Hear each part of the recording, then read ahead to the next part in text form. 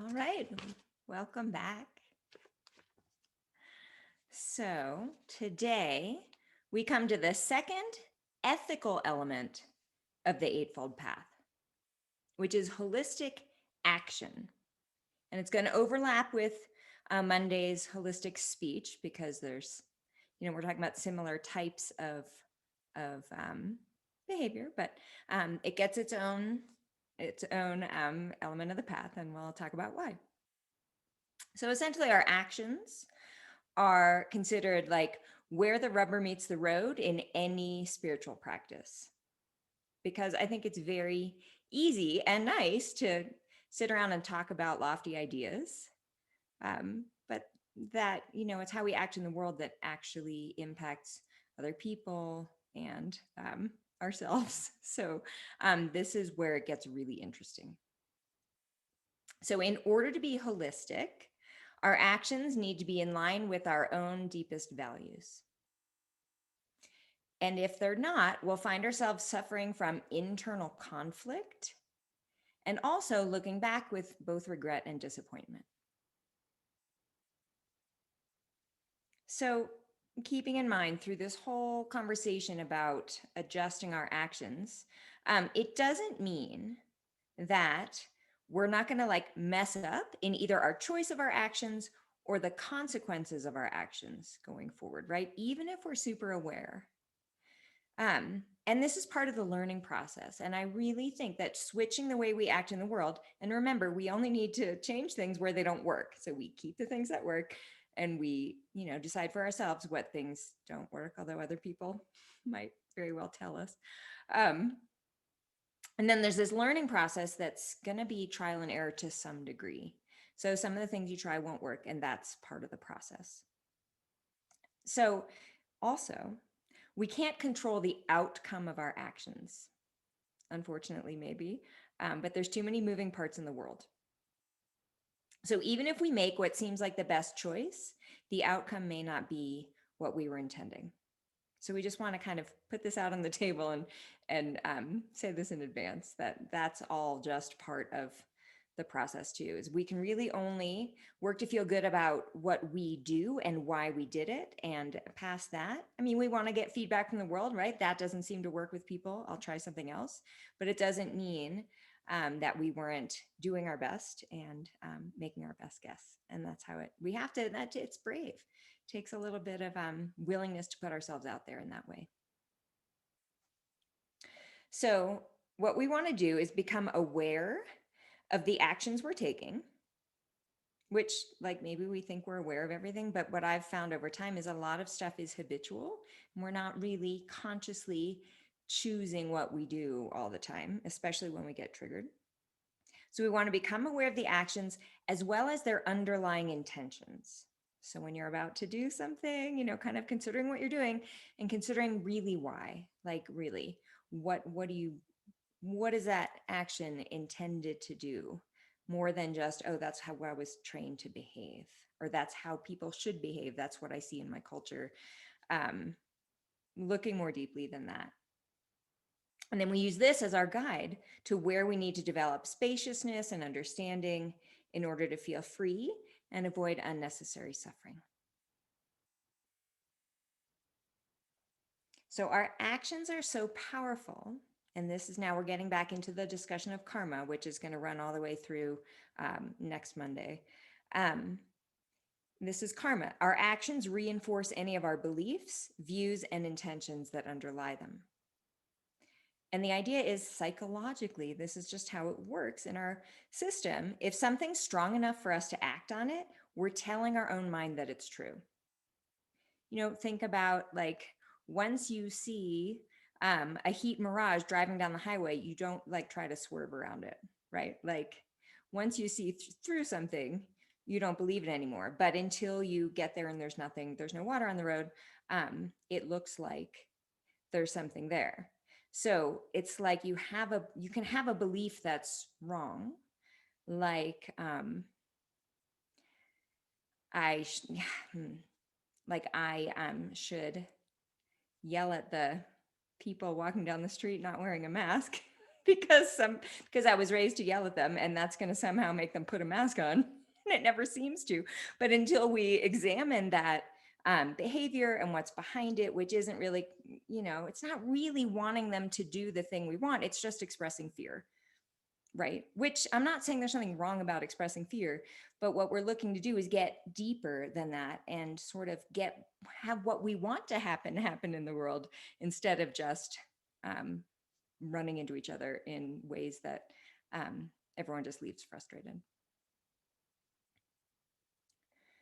So our actions also tend to be habitual, which is good and bad news, because we have a lot of similar habits, we don't have to unravel every single problematic habit that we have. They're going to come into families.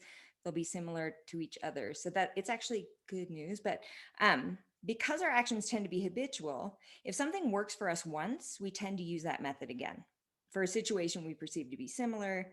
And then that's not particularly conscious about the whole experience. You run into something that feels similar, you just do what you always do in a situation like that. And there's not a whole lot of paying attention in those circumstances because it feels familiar. But the truth is, is it? Or is it actually something else? Or did you just leave the printer plugged in? It's not a big deal at all, right? So we want to look to see in each circumstance, what's actually going on. So this is why it can be a challenge, but it's also very rewarding to change our course of action for a given situation and learn a new technique, because then we can apply that probably to lots of other situations. So here's a quote from Jack Kornfield on karma. He says, "A good way to begin to understand karma is by observing our habit patterns. When we look at habit and conditioning, we can sense how our brain and consciousness create repeated patterns. If we practice tennis enough, we will anticipate our next hit as soon as the ball leaves the other player's racket. If we practice being angry, the slightest insult will trigger our rage. These patterns are like a rewritable CD. When they're burned in repeatedly, the pattern becomes the regular response. Modern neuroscience has demonstrated this quite convincingly." He says, "Our repeated patterns of thought and action actually change our nervous system. Each time we focus our attention and follow our intentions, our nerves fire, synapses connect, and those neural patterns are strengthened." He says the neurons literally grow along that direction. So it's really interesting to think that as we shift our awareness and then our actions, it's literally changing our nervous system and how we think and how we feel, and how we're able to think and feel. So mindfulness practice has been shown to increase connections and size, I believe, of your prefrontal cortex. So it becomes easier to be rational. And it's been shown to shrink your amygdala, which is your fear center, which makes it easier to not freak out. So we're literally changing how we're built by doing the practices, but also being conscious in our daily lives, honestly. And so that's good news. It means all of this is only going to get easier should we choose to do this as a ongoing practice. So the good news is that since our habits are conditioned, we have the power to recondition ourselves differently. It takes the skills we've been cultivating all of this time, staying relaxed and clear, knowing what's happening, and pausing to consider before acting. If we don't get caught in judgment against ourselves for our thoughts and emotions, but instead get curious about possible alternate responses, then we open ourselves up to create new, more skillful habits. So the Buddhist and yogic traditions give us a set of rules of what not to do to help to stop us in our tracks when we're about to act in a way that we'll regret later. So that's kind of where these traditions start. So we'll talk about that today. The Buddhist vows not to harm or lie or steal are called pratimoksha vows. That's a Sanskrit word that means individual freedom. So they're literally called individual freedom vows. So the idea of constraining our behavior is not a moralistic, this is a list of things you shouldn't do because if you do them, you're a bad person. The idea is these are things you shouldn't do if you want to feel good and be free. So it sort of turns, yeah, of course, they're societally beneficial, but they're really about internal freedom, lack of conflict, feeling good about our actions. So to me, that's a little more compelling than sort of being told what to do. It's like these are things to do if you want to feel good rather than things you should do. Uh, so the first of these, and I think there's 7, pretty sure it's 7, is not to harm. So, and before we, hey Annie, before we dive into non-harming, I want us to be honest about non-harming, especially in the context of Buddhism and yoga. It's impossible to live without causing any harm. So I just want to like put that on the table that living means harming. So it's not like we're literally going to get to a place where we're not harming at all. I sometimes think like, what animals used to live in my neighborhood, you know, that don't anymore, as we have all these conversations about the sheep herd who live next door to me um, in this open field that they want to develop. It's like, yeah, I mean, they probably lived here um, and they don't anymore because I kicked them out. Not me personally. I wasn't here when they were built, but, you know, indirectly. So, and even if you're a vegetarian, the machines that harvest vegetables apparently cut the heads off of rabbits. So, like, that's not a blanket solution. And you hear this in yogic circles, like, just be a vegan and you won't cause any harm. But the truth is, there's harming in eating vegetables. And I wish that weren't the case. And I'm not saying that's an argument to eat meat or anything. I'm not going down that road at all. I just want to make it clear that, like, there is no blanket solution to not harming, unfortunately. Living infringes on other life, and that's just part of being a living being, and we have to accept that. And then we can try to minimize, you know, our impact on other beings while acknowledging that it's not going to be, there's no perfect standard, and we just have to accept that. So, why do we harm? And that's a big part of today's sort of inquiry. So, usually when we harm, it's because we're in pain and we feel separate. It speaks to our underlying suffering that we engage in harming behavior. And, you know, as with everything I say in this course, and this is how the Buddha taught, and this is traditional, but I really mean it. Don't take my word for it. Like, look to see so that it's convincing to you in your own experience so that you can understand what other people are doing. You really need to sort of see this directly to feel it, to get it in your bones. So when we're feeling happy and whole, we're just unlikely to harm anyone. Certainly not intentionally. It could happen, you know, by accident, but it's not going to happen intentionally. So if this isn't obvious to you, I want you to think back to the last time that you acted with the intention to cause harm to someone. And I'm not talking about inadvertent harm, but I mean words or actions meant to cause someone pain in some way. And it doesn't have to be something huge. It could be something really small, although if it's a little bigger, it might be more obvious to see the intention. Sometimes with really small things, it's hard to see. But close your eyes for a minute if you don't mind, and just put yourself back in that place. And how were you feeling at that time? And my question for you is, were you suffering from some hurt or fear, or in the grip of some craving or some confusion at that time?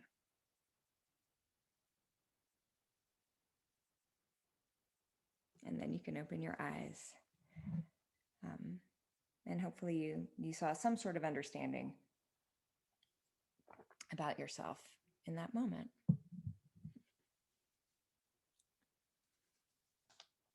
So once we see and understand this in ourselves, we know what's happening in other people.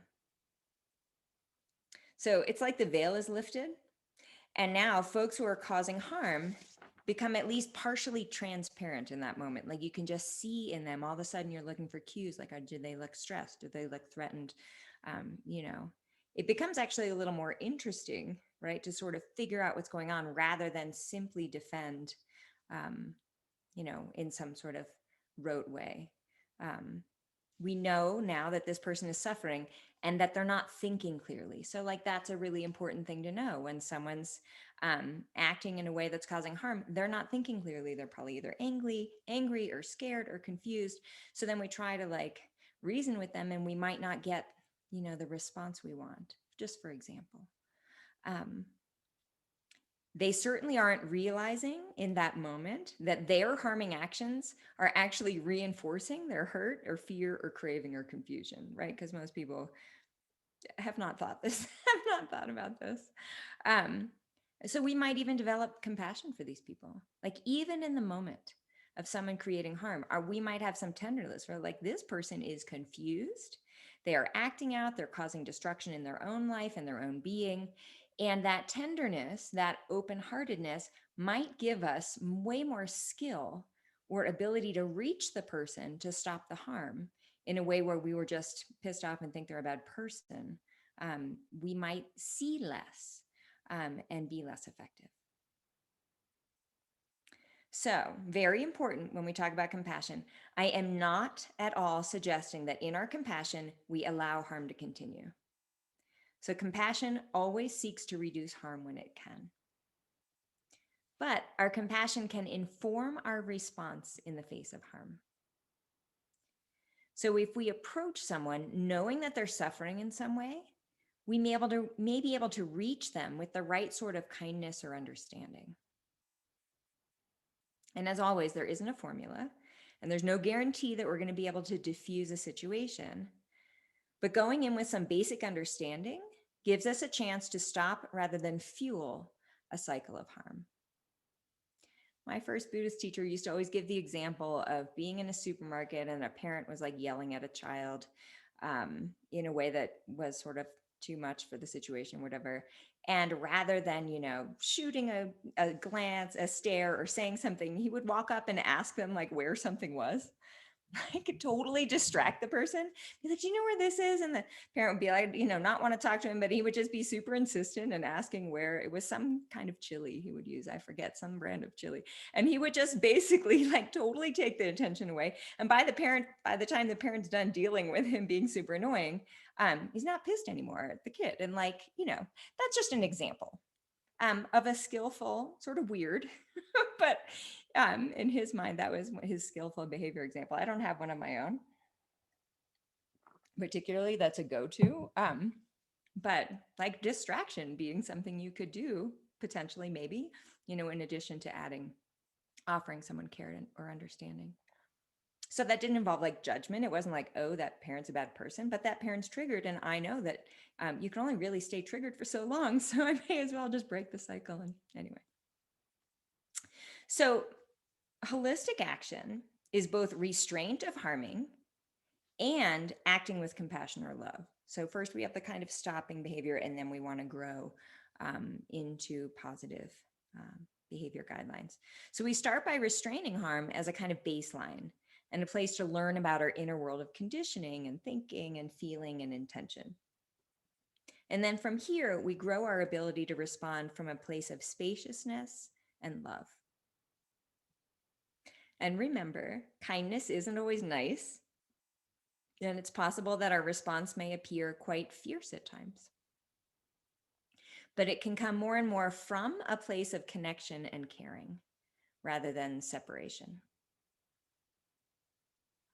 So that was the first vow, not harming. The second vow is not lying, which of course is so important. It's got its own day on Monday. And to summarize what we talked about, again, we can begin by restraining from lying, divisive speech, harsh speech, and idle chatter. And that will create some space and peace in ourselves. So that's the kind of restraining side. And then we can work on speech that is clear and true, leads to harmony, and expresses love and care on the positive side. The next vow is not stealing. So you probably aren't outright stealing. I mean, maybe you are, I have no idea. Probably not, I'm guessing. Um, but I want you to think of this more broadly than just, going into a store and pocketing something. So it includes taking anything that isn't freely offered, selling someone something they don't need, hogging the conversation, taking a parking spot out from someone, pretending someone else's idea is your own, and holding on to what should be given to others. So that's a pretty large understanding of stealing. So let's talk about why that's such a powerful thing to do. So anytime you take what isn't yours, you tell your own mind that you don't have enough, and it's going to worry. Bob Thurman explains it this way.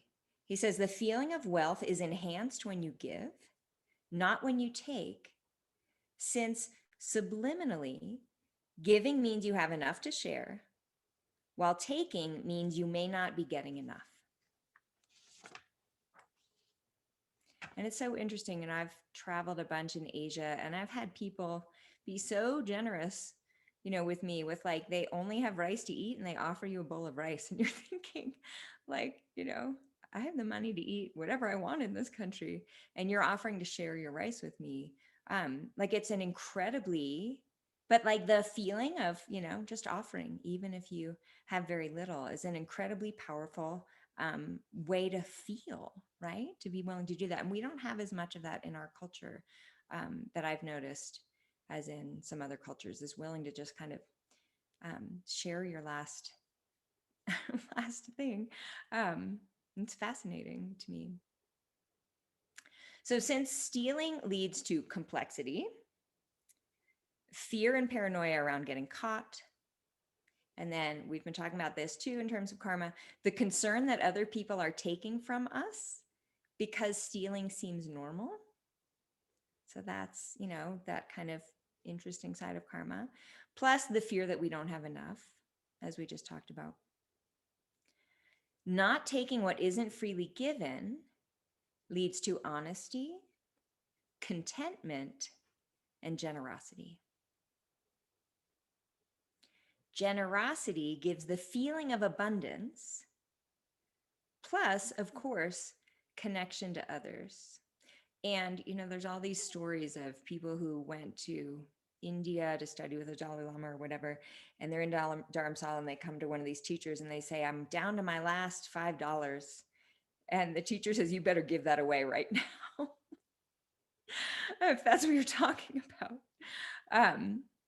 It's just fascinating how, like being scared about, and I'm not talking about not having what we need, as I'm going to talk about in a minute. But it's like kind of how we hold on to things that makes us feel like we don't have enough. So even the simple act in terms of generosity of considering what someone else might want, that's an amazing way to tell your mind that other people are valuable too. It's such a little thing. But to just consider, like, I'm going to give someone something, but like, what do they want really? It's just a great way to connect and sort of tell your system that you're not the center of the universe, which I think we need to tell our systems that, because we do have these, these skills that we've developed in order to survive through the years, through the ages, that have made us, collaborative, but also self-oriented. And, the fact that other people matter is, of course, in line with the truth of reality, and so holistic.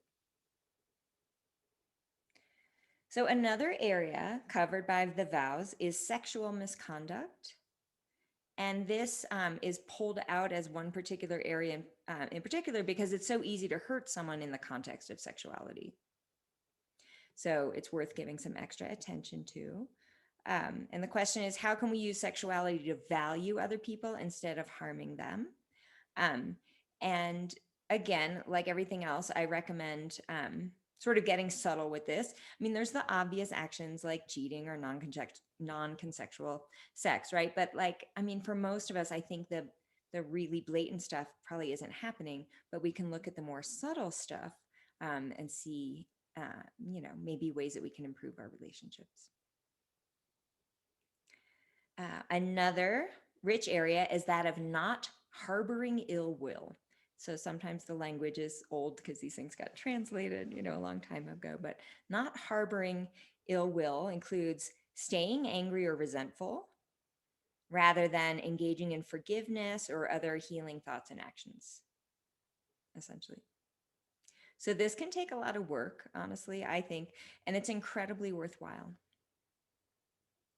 As always, I'm not encouraging that we ignore bad behavior or become a doormat.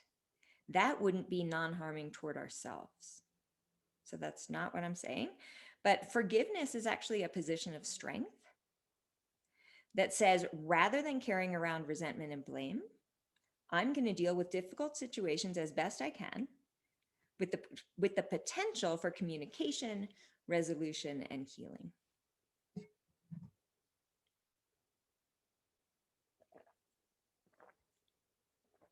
So one more area in the vows, last one, is not coveting, meaning not wanting what other people have.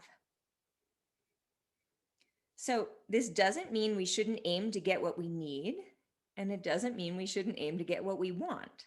Like that's all fine. But jealousy is a damaging mental state because it's based on comparison, and it's basically saying that things aren't good enough as they are. So we can appreciate what we have and feel fortunate for that, and still act toward obtaining what else might be helpful without wasting our time resenting or comparing ourselves to others. So that's the idea there. So again, that behavior could look the same on the outside, right? Either like being jealous of what someone else has and somehow getting it, or feeling like contented at this moment and yet striving to get that same exact thing. Might look the same on the outside, but the driving intention is very different, and so the felt sense is very different. So that's what's so interesting about karma, is it's not so much what it looks like from the outside, but how it feels from the inside. Which is great for like not judging what other people are doing, right? I think.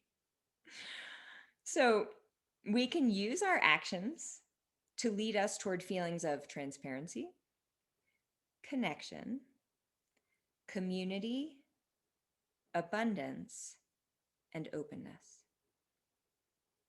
Or our actions can keep us trapped in cycles of fear, confusion, craving, and anger.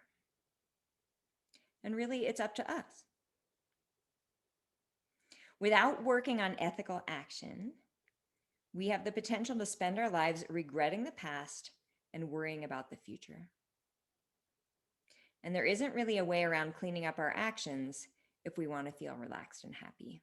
And that's why ethics come first, actually. Like in the yoga 8 limbs, they do the ethics first because you're not going to be able to meditate later if you don't clean up the ethics. You're going to spend the whole time sitting there, considering what happened last week. And it's the same idea for the Buddhists, although they maybe do it a little more at the same time. I guess the yogis do too. However, very important, and we talked about this yesterday too, we can take this on gradually. Bob Thurman says, try to relax, even about making positive progress. And don't become compulsive about ethics. He says, concentrate on one thing at a time and make progress bit by bit.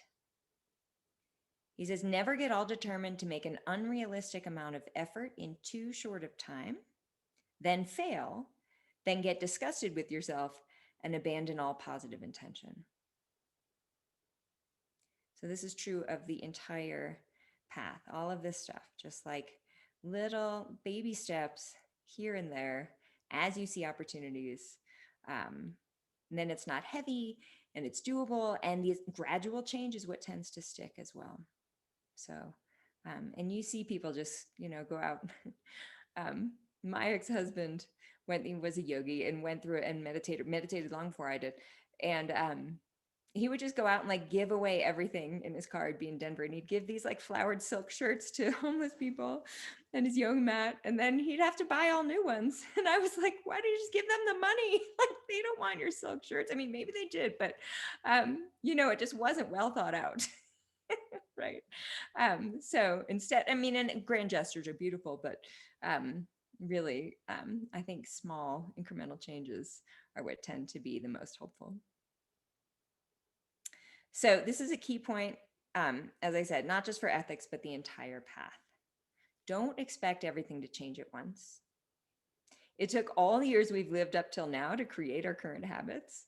So it's going to take some time for them to change to new habits. And the more you work on your actions, the more you become attuned to your own reactivity to your surroundings, and the more subtle things you're going to pick up on. So this doesn't mean that you've slid backward. It means you're becoming more aware. And this is important really about all of this stuff. So you'll hear people sit down and meditate or do their first retreat. And they'll say, you know what, my mind was fine before I started meditating. But now, my mind's all over the place and I'm scattered and I'm having whatever. And it's like, no, your mind was that way all along. You just never stopped doing everything else, because why would you, to pay attention. So in a similar way, as you start to pay attention to your actions, your intentions, you're going to start picking up more and more subtle things, and you're going to become more sensitive. So don't think that all of a sudden you like have more of these behaviors. It's just that we weren't aware before. So just keep that in mind about all of this stuff. Bhante Gunaratana says, don't wait until your morality, meaning ethics, is perfect. He says, just engage in the pursuit of behaving according to your highest values. It gets easier and easier. So as we train to create a spacious and clear mind, it becomes easier to tolerate difficult emotions without either blanking out or reacting too quickly. As we gain wisdom about our own internal workings, we become more skillful with them. As we learn about our own reactivity and what helps us to relax in these situations, we become more skillful with other people. Behind all of this is the intention to live well for our own sake and the sake of other people. And this is a beautiful way to move through the world.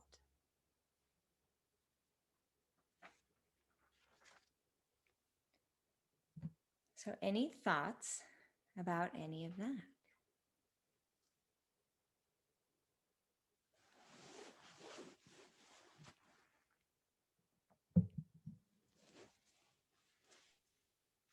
I'll just comment about the experience I had after the class on Monday. So Thank you.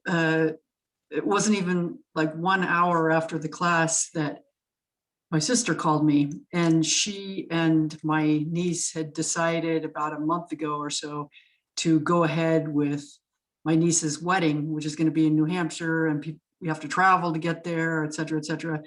And ever since I found out they were going to go ahead with the wedding, I've been really not feeling very good about going because of COVID. I didn't want to fly. I didn't really want to be at a wedding. And I think it's quite possible I'll be vaccinated by then, but I doubt that everybody else will be vaccinated. So anyway, but I had been avoiding having that conversation with my sister. So I realized that that's my thing, is avoiding difficult conversations. And so I thought, I'll just give it a try. So I just told her, just very as clearly as I could, why I was afraid, and that, I have a history of, I had breast cancer and things like that. Some people in my family tend to think they're sort of invincible, and I just don't feel that way, and I never have. And I know I'm not invincible.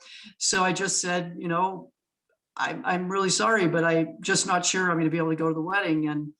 And she actually took it really well, which surprised me. I'd been so dreading the conversation because I was afraid she was going to get upset, hurt, angry, whatever, but she didn't at all. So I kind of came away with that feeling that you talked about, Karen, which is that once you do it, it's not really that bad. So I decided that's my thing for the next 30 days, to try to have those difficult conversations that I would typically just ignore and wouldn't do. That's so great. Thank you so much for sharing that, Robin. I was hoping you would, but I didn't want to ask. Jennifer. Oh, sorry, Annie, you're already. Oh, one of you. Yeah, I'll make it quick. So within hours after our last class, a similar thing happened to me. In that a friend of mine was telling me what a blast she hit on the mountain, and I wasn't there. And she just kept saying, I had with a group of women, I had a blast. I had such a blast. Oh my God, I had a blast. And I was like, well, F you then. I wasn't there. So I was like, well, I had a blast too. And I was like, I felt a boulder land on my chest because it was my intention. Had I really intended to be like, oh my God, sympathetic joy. I'm so glad you had a blast, I had a blast too. Cause I did. I was skiing with my husband. We just had a great, but the intention was what made it feel like a boulder on my chest. And I went, that's it. That's what I don't want to feel that anymore. And the awareness of the intention gave me a way not to do that again. Do you know what I mean? But I was like, oh my God, this was an hour after class. Like, this is going to take some work, you know? Yeah, but I think it's a lot like the alcoholic, like recognizing you have a problem being like a really big first step. So, yeah, maybe some work, but maybe not, you know? Thank you. Thank you for sharing that. I loved both of those stories, and Robin maybe giving me some courage to do some more. But I have a friend that I feel like I call after every class, and I have like, oh, I'm sorry I did this. She goes, are you in AA? Like, you keep calling. It's like, I'm just trying to address things that have been uncomfortable inside. She's like, I don't even know what you're talking about. You're a great friend and whatever. I was like, well, I'm glad you said that, but I remember saying something and it like felt weird to me. So here I am, just gonna tell you I'm sorry. And she's like, okay. But I loved the AA. It was really funny. She's like, I don't understand. Are you in 12 steps? Like, That's funny. no, but I get maybe. You know, last week I said something to my boyfriend, and then I went hiking, and it was on my mind the whole hike that I had done. I had really, done so. I don't even remember anymore what it was, but I felt like it was really inappropriate and it was really problematic, and it was on my mind the whole time. Came home from the hike, apologized, and he was like, "Whatever." Yeah, whatever it was hadn't actually entered his consciousness. He didn't remember us saying it, whatever. But I felt better. If I hadn't apologized, I would have still thought he was just not saying anything to be nice or something. Anyway, so it's okay. Other people don't, it still feels good.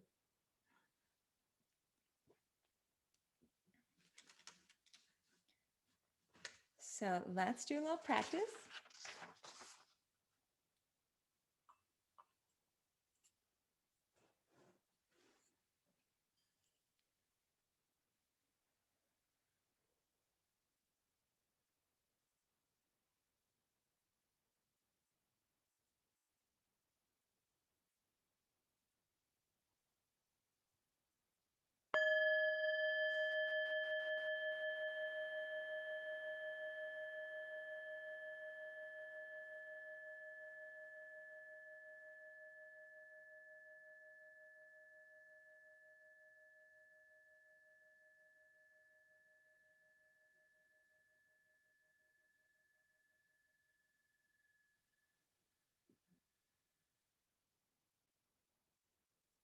So let's settle our mind into our body.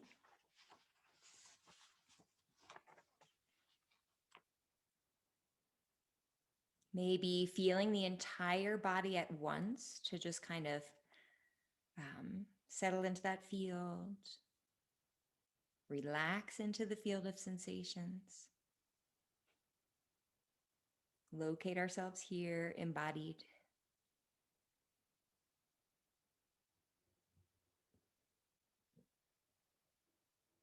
Potentially relaxing any tension you might find, or conversely, if you don't feel like you're sitting up tall, you might energize the spine.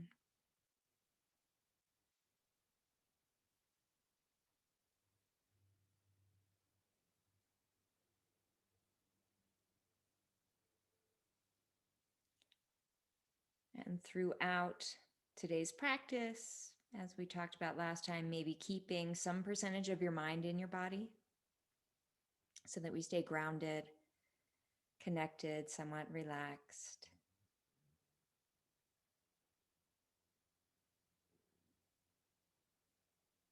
We'll notice our breathing. And we'll let the breath settle into a natural rhythm. So softening the belly, body chooses the rate of breathing.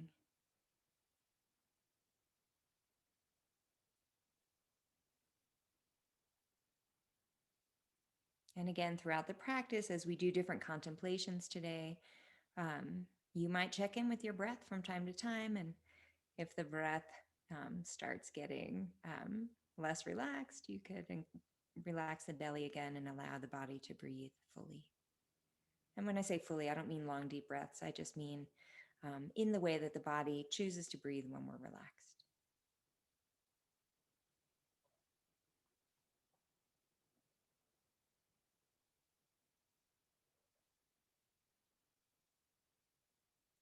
So looking back over the past week, although you can go back further if you would rather, did you engage in any actions that were unskillful that may have caused harm in some way?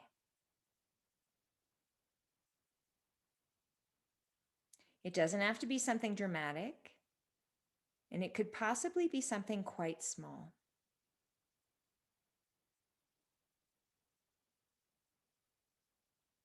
So I'd like you to bring the event to mind and remember what happened.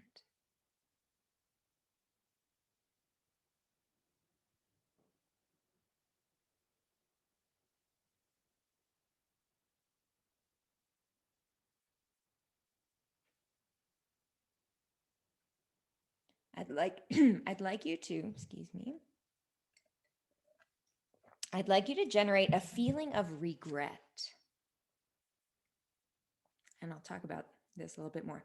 So consider how was the action harmful? How do you think that the other person felt?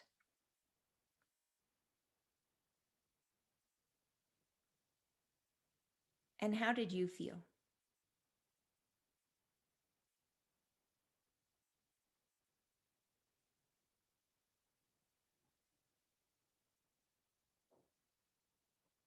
And it's crucial here to distinguish regret from guilt or shame.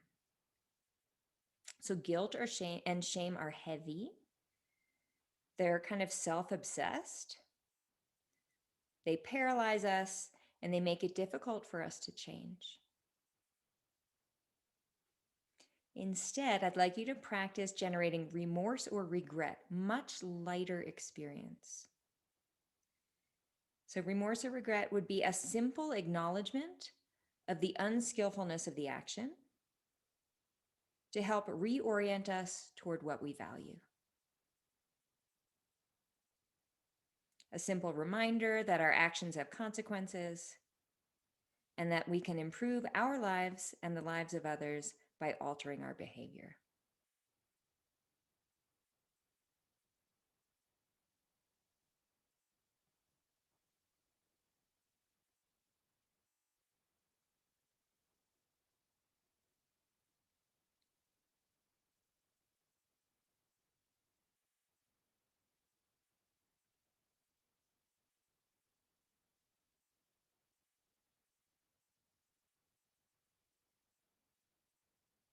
And now I'd like you to generate a feeling of inner confidence in your own ability to become mindful of your actions and to act differently in the future.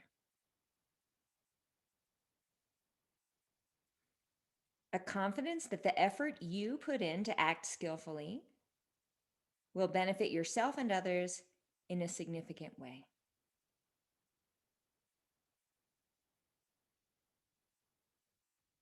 A confidence that you and others are worth the effort.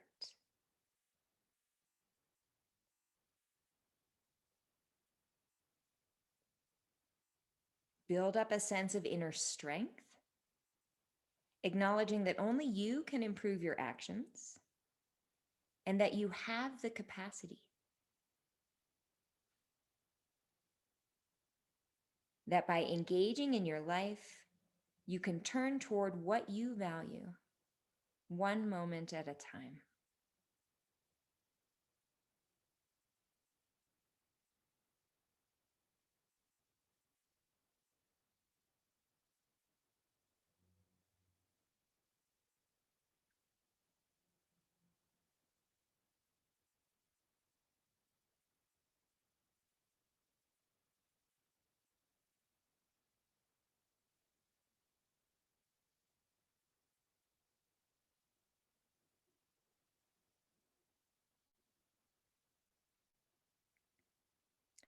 And now, considering the event in question, what would be a skillful remedy to counteract the consequences of the unskillful act?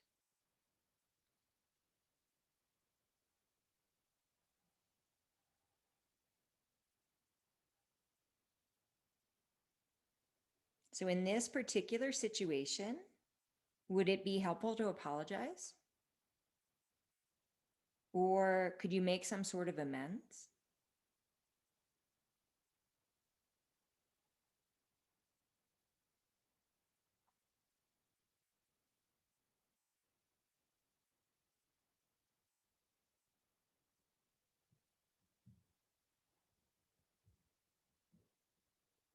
Consider the options and commit to take whatever action you think is appropriate.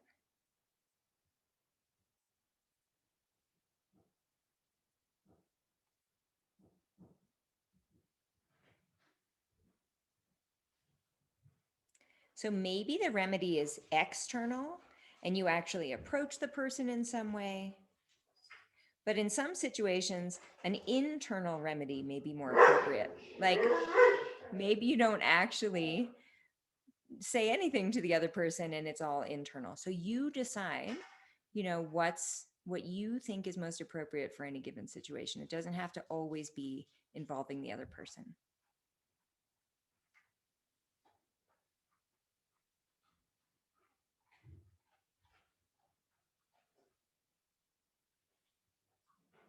When in doubt, you're not sure what the remedy might be, you might consider taking the opposite action of the original unskillful action.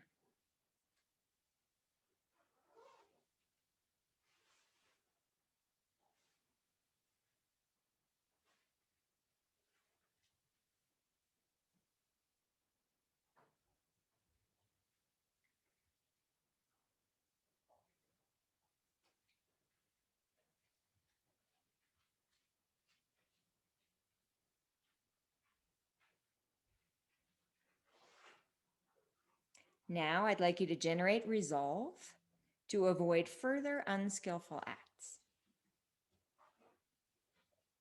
Commit to actions that are based on intentions that you believe in. And this resolve requires reasonable effort, meaning don't try to change everything at once forever, or else we'll lose steam and we'll get frustrated. Instead, we commit to making a relaxed, sustainable effort to cultivating care for ourselves and others and acting in a way that expresses that care.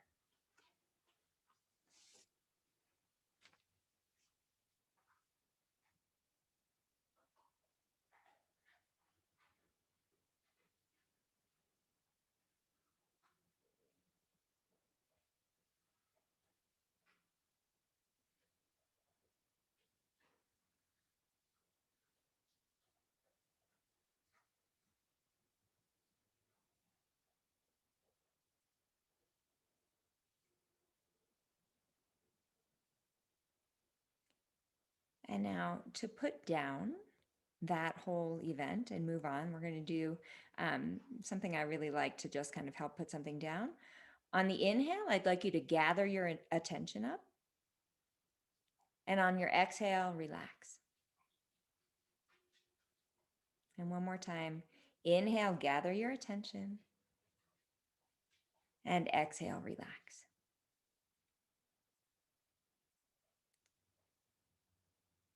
And now I'd like you to reflect on some of the more significant acts of goodwill that you have received from other people. And if any particular event comes to mind, how did you feel at the time? How did that action make you feel?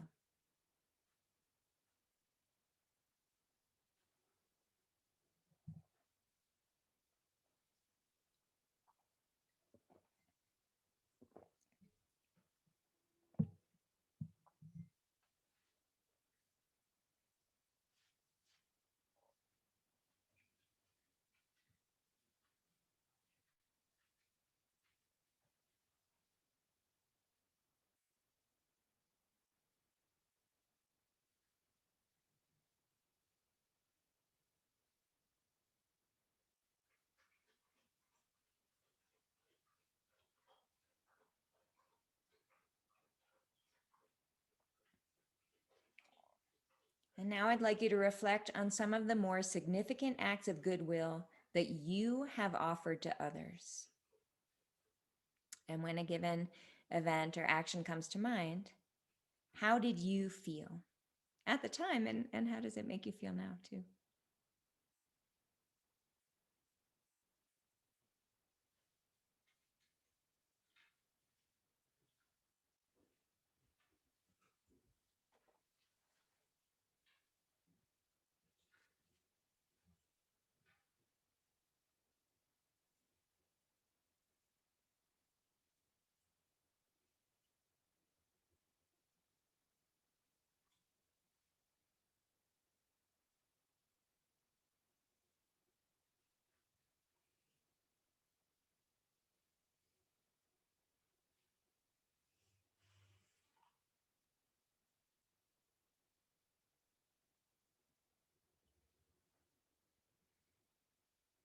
And then we'll release the reflection and simply feel for a moment the breath in the body.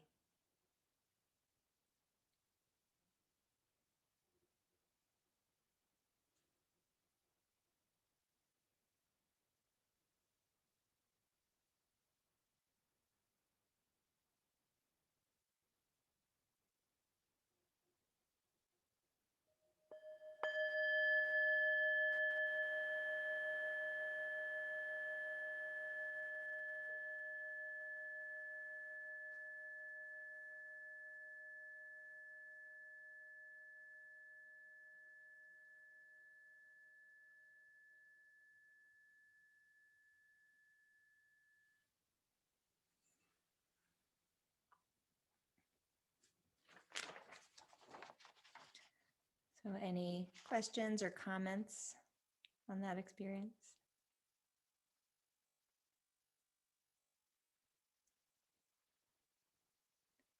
I am. So I've been calling my mom fairly often for a while. And I didn't really realize she had stopped calling me. I was doing all the calling. And then I hadn't called her and I don't even know how long, 10 days or maybe 2 weeks or something.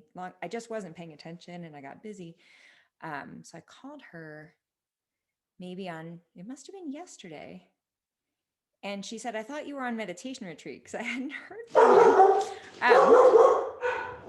And I just thought it was, sorry.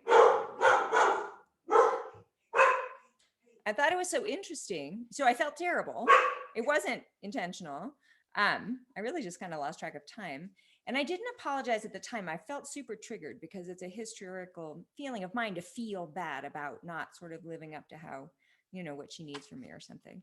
And I was thinking as I was going through the meditation with you guys, that an apology isn't really I could have apologized at the time, but I didn't. I'm not going to call and apologize today for whatever. It doesn't really make any sense, but it's the opposite action that makes sense. And I had already decided that this morning. I got to call more often for a bit, to kind of make up for a little bit of that deficit and get back onto the, to the feeling that she knows that I'm here and I'm thinking about her.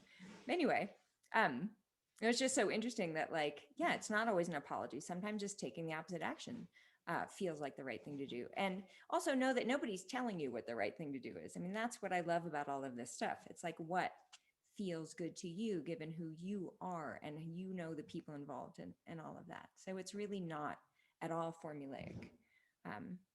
But it just, like, as I said, I had thought it earlier today, but less consciously. To, you know, as I thought, oh, I'm just going to collar more for a bit, my whole stomach relaxed. I could just feel like, oh, you know, yeah, okay, that's fine then. Then I feel fine about it, you know, but I needed to do something to feel fine about it because it was bothering me. So there's my example for you.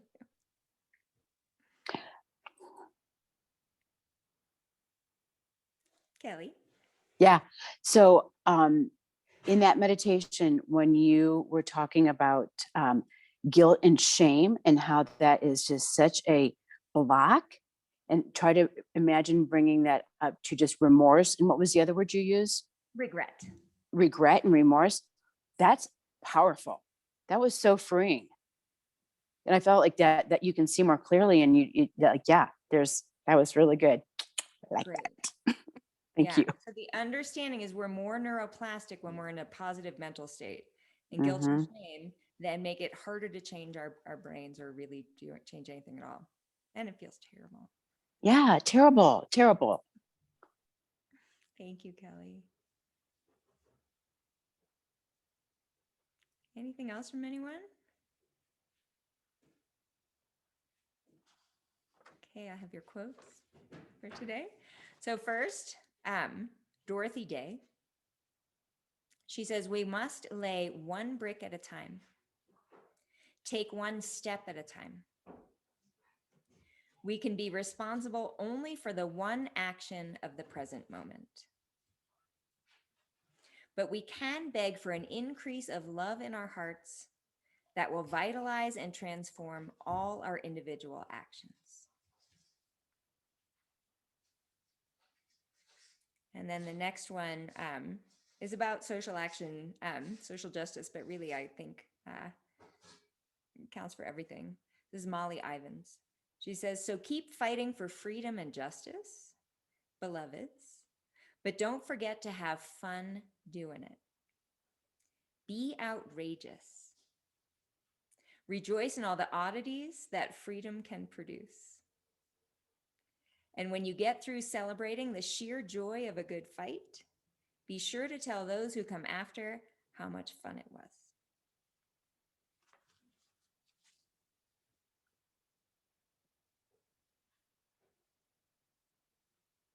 Have a great end of the week and weekend, and I'll see you on Monday. Thank you.